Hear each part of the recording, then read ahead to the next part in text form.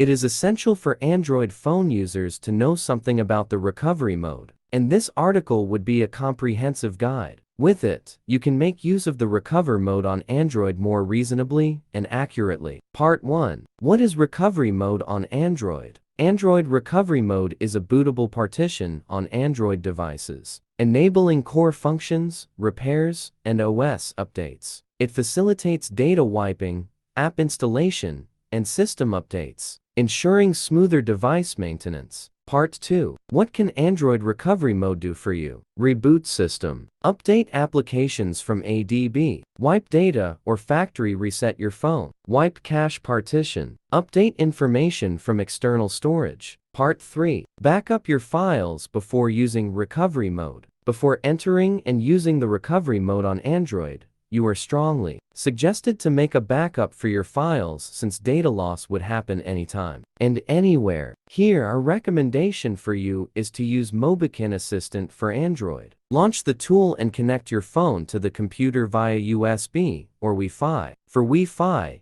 download the APK file. For USB, enable USB debugging on your phone. The tool will detect the device. Select Super Toolkit Backup. Choose Files to backup.